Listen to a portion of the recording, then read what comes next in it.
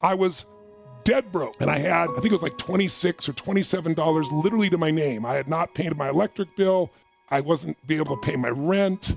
And I was scared. This money, and I got to be so selective with it because I got to get food. And so I thought, I'm going to go to all-you-can-eat salad and taco bar. And it was like, I don't know, it was like $5.95 or something, like $6. So I was like, okay, I got like 26. Okay, so I didn't drive my car there because parking was $3. And as I'm finishing up, Seat was sitting looking out to the window. So on the left, I could see the front door. I wasn't looking for that. But the front door opened, and this magnificently beautiful woman walked in. I could not miss it. I was a single man. And I was waiting to see is a man with her, and a man did walk in. He was a very short man, a very young man. He was about 3 feet tall, and but what's so cool was he was wearing a 3-piece suit, like with a little vest, and he held the door open for his mom, came over, and I watched him pull out the chair for her and let her sit down and put it in. And then he sat down, and when he was talking to his mom, he was just so present with her. I don't know what I had left, $19 and some change probably, a little less than $20 probably, and I had no plan. And I'm about to walk out the door, and I see this kid's face again sitting across, and I didn't even look at his mom. I just went up to him and I said, I just want to introduce myself. I said, my name's Tony. He goes, I'm Charlie. You are a class act. And she's my mom.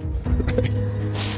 And I said, that's even more beautiful. He goes, well, I can't take her to lunch because I don't have a job yet. And then in that moment, I had no plan. I said, yes, you are taking her to lunch. And I reached in my pocket, and I took every penny I had, all the dollar bills, all the change, and boom, I dumped it right in front of him on the table. And his eyes got bigger than garbage can covers. And he's like, I can't take that. I said, sure you can. He said, how come? I said, because I'm bigger than you are.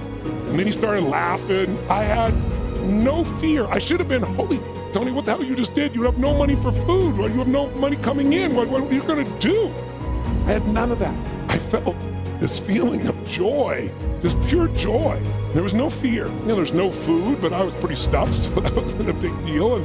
But I didn't think about, what am I going to do tomorrow? In those days, there was no email. We had the snail mail. The mailman came by, and of course, I always want to avoid him because all I was getting were bills I couldn't pay. And then there was this personal letter.